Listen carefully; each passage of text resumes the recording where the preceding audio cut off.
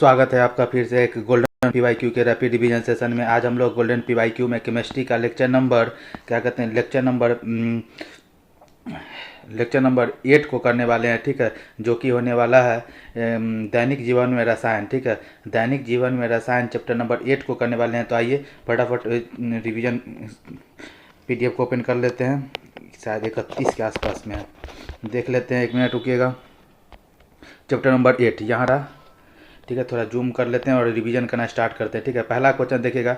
देखिए, सबसे पहले चैप्टर नंबर 8 में टोटल नंबर ऑफ क्वेश्चन कितना है? 39 क्वेश्चन है, ठीक है, जो कि चैप्टर का नाम है दैनिक जीवन में रसायन। ठीक है, तो पहला क्वेश्चन को देखते हैं कि कौन सा बहुपरमाणुक आयनिक यौगिक ऐसा सफ़ेद क्रिस्टलीय पाउडर होता है जिसका उपयोग अग्निशामक यंत्रों में अम्ल तथा क्षार को उदासीन करने के लिए किया जाता है। ठीक है, कौन सा बहुपरमाणुक आयनिक यौगिक ऐसा सफ़ेद क्रिस्टलीय पाउडर होता है जिसका उपयोग अग्निशामक यंत्रों में अम्ल तथा क्षार को उदासीन करने के लिए किया जाता है? तो उसका आंसर होगा सोडियम बाइकार्बोनेट। ठीक है, दूसरा क्या कहते हैं कि, ठीक है, दूसरा सवाल क्या है? दूसरा सवाल है क्या कहते हैं कि, 1 मिनट रुकिएगा। ठीक है, दूध वाला, ठीक है, दूध वाला ताजे दूध में बहुत कम मात्रा में क्या बोलते हैं बेकिंग सोडा क्यों मिलाता है? दूध वाला ताजे दूध में बहुत कम मात्रा में बेकिंग सोडा क्यों मिलाता है? क्योंकि ताजे दूध का pH 6 से बढ़ाकर थोड़ा क्षारीय करने के लिए, ठीक है, ताजे दूध का pH 6 से बढ़ाकर थोड़ा क्षारीय करने के लिए। ठीक है, ऑप्शन सी हो जाएगा। तीसरा सवाल देखते हैं। ठीक है, तीसरा सवाल क्या है? ठीक है, तीसरा सवाल है कि निम्नलिखित में से, ठीक है, निम्नलिखित में से कौन सा विटामिन सी का दूसरा नाम है? ठीक है, तो विटामिन सी का दूसरा नाम क्या है? एस्कॉर्बिक अम्ल है। ठीक है, चौथा सवाल क्या है? ठीक है, चौथा सवाल क्या है? टेफ्लॉन ब्रांड का नाम किस बहुलक को व्यक्त करता है? टेफ्लॉन बॉन्ड का नाम किस बहुलक को व्यक्त करता है? तो ये हो जाएगा पॉलीटेट्रा फ्लोरोएथिलीन। ठीक है, पॉलीटेट्रा फ्लोरोएथिलीन हो जाएगा। ठीक है, सी हो जाएगा आंसर। आगे बात करें, चौथा क्वेश्चन का बात करें तो चौथा को ये पाँचवा ये रहा। ठीक है, चौथा तो अभी कर लिए ना। हाँ, पाँचवा सवाल देखिए क्या है कि पीवीसी का पूरा नाम क्या है? तो पीवीसी का पूरा नाम है पॉलीविनाइल क्लोराइड। ठीक है, छठा सवाल क्या है कि गोबर गैस का मुख्य अवयव क्या होता है? तो गोबर गैस का मुख्य अवयव मीथेन होता है। ठीक है, ये तो सब जानता है। छठा, सातवां नंबर सवाल क्या है? सातवां सवाल है रेयॉन के उत्पादन में निम्न में से किसका प्रयोग कच्चे माल के रूप में किया जाता है? तो रेयॉन के उत्पादन में निम्न में से किसका प्रयोग कच्चे माल के रूप में किया जाता है? तो ऑप्शन सी हो जाएगा सेलुलोस। ठीक है, सेलुलोस हो जाएगा। आगे बात करते हैं, आठवां सवाल क्या है? आठवां सवाल है कथन को पूरा करें। सोडियम हाइड्रोजन कार्बोनेट का उपयोग डैश में किया जाता है। कथन को पूरा करें। सोडियम हाइड्रोजन कार्बोनेट का उपयोग डैश में किया जाता है। तो हो जाएगा सी आंसर है सोडा एसिडिक अग्निशामक में। ठीक है, सोडा एसिड अग्निशामक में किया जाता है। आगे बात करते हैं कि नौवां सवाल क्या है कि डैश व्यापक रूप से ईंधन के रूप में प्रयोग किया जाता है। ठीक है, डैश व्यापक रूप से ईंधन के रूप में उपयोग किया जाता है और संपीड़ित प्राकृतिक गैस का एक प्रमुख घटक है। डैश व्यापक रूप से ईंधन के रूप में उपयोग किया जाता है और संपीड़ित प्राकृतिक गैस का एक प्रमुख घटक है। तो ये हो जाएगा क्या बोलते हैं कि मीथेन हो जाएगा सी। ठीक है, मीथेन हो जाएगा सी आंसर हो जाएगा। ठीक है, आगे बात करते हैं कि 10वां सवाल को देखें। ठीक है, 1 मिनट रुकिएगा। 10वां सवाल फंस गया क्या?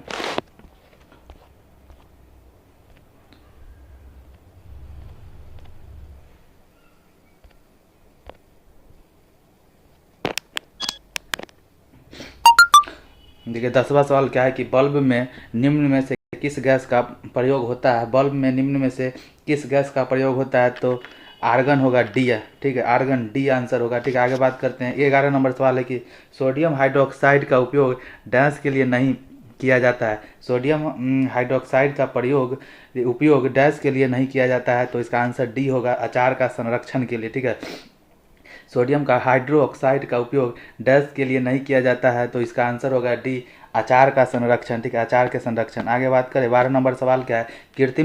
कृत्रिम अपमार्जक तैयार किए जाते हैं किससे? तो उच्च वसीय अम्लों के सोडियम लवण से। ठीक है, बी आंसर होगा, उच्च वसीय अम्लों के सोडियम लवण से किया जाता है तैयार कृत्रिम अपमार्जक को। 13 नंबर सवाल क्या है?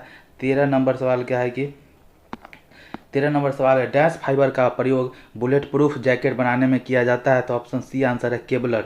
केबलर हो जाएगा, ठीक है। क्वेश्चन नंबर 14 क्या है कि प्राकृतिक रबर के लिए निम्न में से कौन सा कथन असत्य है। प्राकृतिक रबर के लिए निम्न में से कौन सा कथन असत्य है, ठीक है। तो इसका, ठीक है, निम्न में से निम्न प्राकृतिक रबर के लिए निम्न में से कौन सा कथन असत्य है, तो आंसर सी हो जाएगा, ठीक है। प्राकृतिक रबर को क्लोरोप्रीन का बहुलक कहते हैं। प्राकृतिक रबर को क्लोरोप्रीन का बहुलक कहते हैं, ठीक है, ठीक है। 15 नंबर सवाल क्या है कि निम्नलिखित में से, ठीक है, निम्नलिखित में से कौन सा थर्मोप्लास्टिक का उदाहरण है। निम्नलिखित में से कौन सा थर्मोप्लास्टिक का उदाहरण है, तो ये हो जाएगा, क्या कहते हैं कि सी पीवीसी, ठीक है। आगे बात करते हैं कि क्वेश्चन नंबर 16 का बात करें। क्वेश्चन नंबर 16, ठीक है, क्वेश्चन नंबर 16 क्या कहता है कि प्लास्टिक बोतलें जिस बहुलक से बनती है उसे पेट कहते हैं। इसका पूर्ण रूप क्या होता है, उसका पूर्ण रूप होता है पेट का पॉलीएथिलीन टेरेफ्थेलेट, ठीक है। क्या है भाई, पॉलीएथिलीन, ठीक है। पेट का फुल फॉर्म क्या होता है, पॉलीएथिलीन टेरेफ्थेलेट हो जाएगा, ठीक है। आगे बात करते हैं क्वेश्चन नंबर 17 क्या है। क्वेश्चन नंबर 17 है कि वह यौगिक जिसमें सबसे कम ऑक्टेट संख्या उपस्थित होता है, वह यौगिक जिसमें सबसे कम ऑक्टेट संख्या उपस्थित होती है वो क्या कहलाता है, एन हेप्टेट कहलाता है, ठीक है। 18 नंबर सवाल क्या है। 18 नंबर सवाल है कि, 18 नंबर सवाल क्या है कि भारी वाहनों के ईंधन के रूप में डीजल को वरीयता दी जाती है, ठीक है।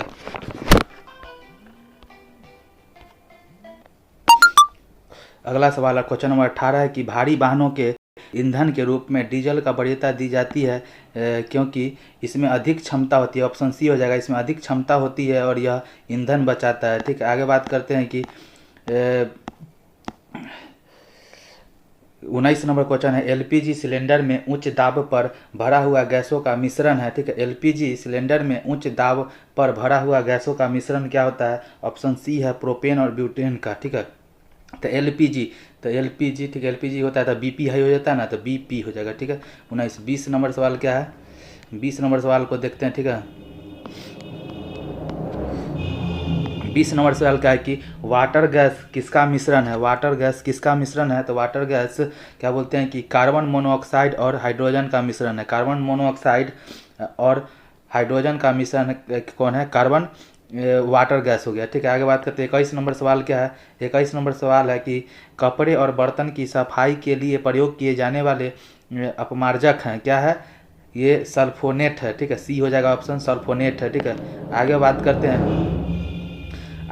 हैं क्वेश्चन नंबर 22 है, निम्नलिखित में से सबसे अच्छा अग्निशामक कौन है, ठीक है। निम्नलिखित में से सबसे अच्छा अग्निशामक कौन है, तो ऑप्शन सी हो जाएगा कार्बन डाइऑक्साइड हो जाएगा, ठीक है। निम्नलिखित में से सबसे अच्छा अग्निशामक कौन है, तो ऑप्शन सी हो जाएगा कार्बन डाइऑक्साइड हो जाएगा, ठीक है। आगे बात करते हैं कि 23 नंबर सवाल देखते हैं। 23 नंबर सवाल क्या कहता है कि निम्नलिखित में से कौन सा तत्व समूह प्रायः उर्वरकों में पाया जाता है, तो एनपीके है क्या, सी एनपीके, बिल्कुल। नाइट्रोजन, पोटेशियम और फास्फोरस हो जाएगा, ठीक है।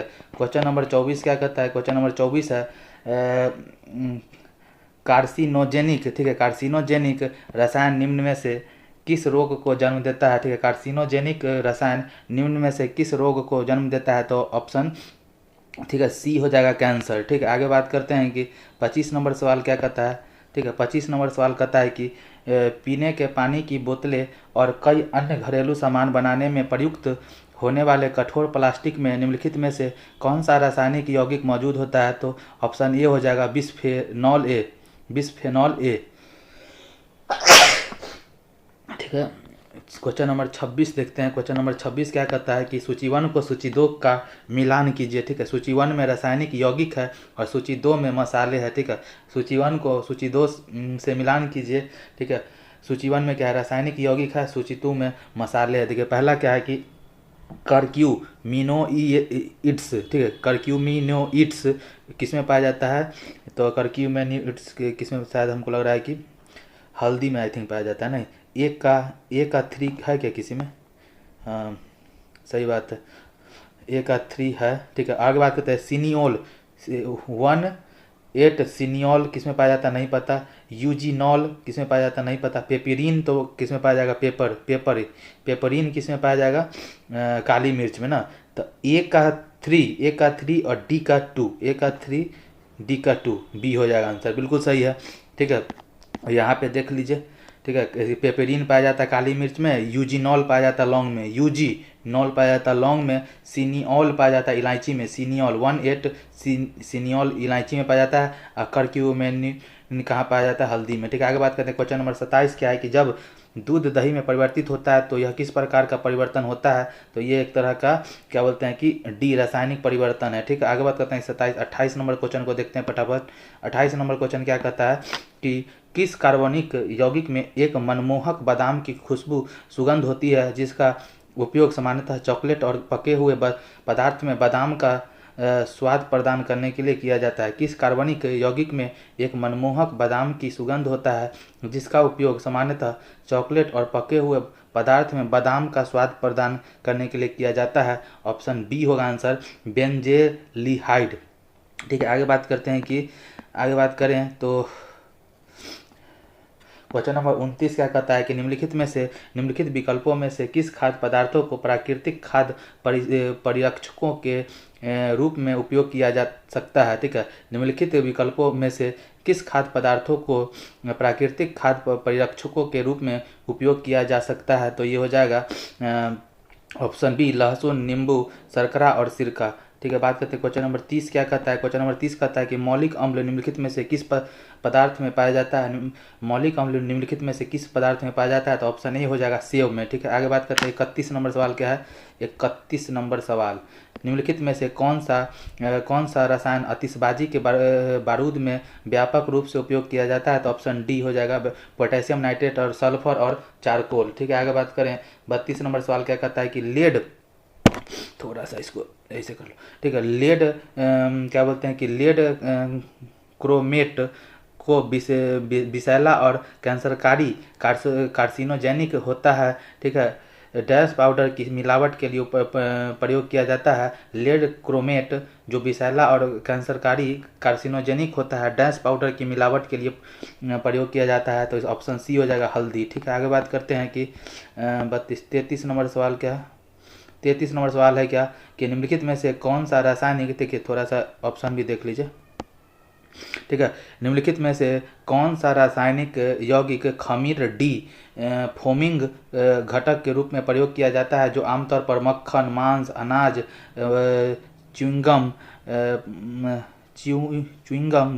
ठीक है, पकाए जाने वाले वस्तु, बेक्ड कुक्ड स्नैक फूड, निर्जलित आलू और बियर में पाया जाता है, तो इसका आंसर ये हो जाएगा, ब्यूटाइलेटेड। ठीक है, ब्यूटाइलेटेड हाइड्रोक्सीयालिसोल, पता नहीं क्या लिखता है इसे। ठीक है, ब्यूटाइलेटेड हाइड्रोक्सीयालिसोल। ठीक है, जो भी है भाई समझ गए ना। निम्नलिखित में से कौन सा रासायनिक यौगिक खमीर डी फोमिंग घटक के रूप में प्रयोग किया जाता है जो आमतौर पर मक्खन, मांस, अनाज, च्युइंगम, पकाए जाने वाले वस्तु, बेक्ड गुड, स्नैक फूड, निर्जलित आलू और बियर में पाया जाता है, तो हो जाएगा ब्यूटाइलेटेड हाइड्रोक्सीयानिसोल। ठीक है, जो भी है। आगे बढ़ते हैं, क्वेश्चन नंबर 34 है, कौन सा रासायनिक यौगिक मैग्नीशियम, सल्फर और ऑक्सीजन से बना होता है और आमतौर पर मांसपेशियों को आराम देने और कंधे, गर्दन, पीठ और खोपड़ी के दर्द को दूर करने के लिए डिटॉक्स बाथ में इस्तेमाल किया जाता है, तो ऑप्शन ए हो जाएगा, सेंधा नमक, एप्सम साल्ट बोला जाता है, एप्सम साल्ट। ठीक है, आगे बात करते हैं कि क्वेश्चन नंबर 35 का बात करें। क्वेश्चन नंबर 35 क्या कहता है। 35 कहता है 1980 के दशक की शुरुआत में, ठीक है, 1980 के दशक के शुरुआत में एक एस्पाइटिन अम्ल युक्त डाइपेप्टाइड स्वीटनर, मीठे स्वाद देने वाला कारक की खोज की गई थी जो सुक्रोज की तुलना में लगभग 2000 गुना अधिक मीठा था। उस स्वीटनर का नाम क्या था, तो ये हो जाएगा एलिटेम। ठीक है, क्या नाम है, एलिटेम हो जाएगा। ठीक है, आगे बात करते हैं कि अगला सवाल है 36 नंबर सवाल है, यूरिया आमतौर पर इस्तेमाल किया जाने वाला नाइट्रोजन आधारित उर्वरक अमोनिया और डैश के बीच अभिक्रिया द्वारा तैयार किया जाता है, तो ये हो जाएगा कार्बन डाइऑक्साइड, ऑप्शन ए हो जाएगा आंसर। ठीक है, देखिए यहाँ पे इस तरीके से बनता है यूरिया। ठीक है, आगे बात करें ठीक है। 37 नंबर सवाल है कि 37 नंबर सवाल क्या है? 37 नंबर सवाल है कि तरल अवशिष्ट जल के ऊपर तैरने वाले वसा, ग्रीस और तेल जैसे ठोस पदार्थ डैश कहलाते हैं। तरल अवशिष्ट जल के ऊपर तैरने वाले वसा, ग्रीस और तेल जैसे ठोस पदार्थ डैश कहलाते हैं, तो ये कहलाते हैं आम्पक। ठीक है, आम्पक कहलाते हैं। ठीक है, तरल अवशिष्ट जल के ऊपर तैरने वाले वसा, ग्रीस और तेल जैसे ठोस पदार्थ डैश कहलाते हैं, तो आम्पक कहलाते हैं। ठीक है। 38 नंबर सवाल क्या है कि सिंथेटिक फाइबर आसानी से आग पकड़ लेते हैं, हालांकि फायरमैन की वर्दी को आग प्रतिरोधी बनाने के लिए डैश प्लास्टिक का लेप होता है। ठीक है, सिंथेटिक फाइबर आसानी से आग पकड़ लेता है, हालांकि फायरमैन की वर्दी को आग प्रतिरोधी बनाने के लिए डैश प्लास्टिक का लेप होता है, तो ये हो जाएगा मेनामाइन। ठीक है, मेलामाइन हो जाएगा। ठीक है। 39 नंबर सवाल क्या है? 39 नंबर सवाल का बात करें, ठीक है। 39 नंबर सवाल है कि जब हम किसी प्याज को काटते हैं तब सिंथेज एंजाइम प्याज के अमीनो अम्ल सल्फोक्साइड को किस अम्ल में परिवर्तित कर देता है, तो ये हो जाएगा सल्फोनिक अम्ल में। ठीक है। क्वेश्चन नंबर 40 क्या कहता है? 39 हो गया। इसी के साथ हमारा आज का रैपिड रिवीजन सेशन समाप्त होता है। मिलते हैं फिर किसी नए रैपिड रिवीजन में, तब तक के लिए बाय।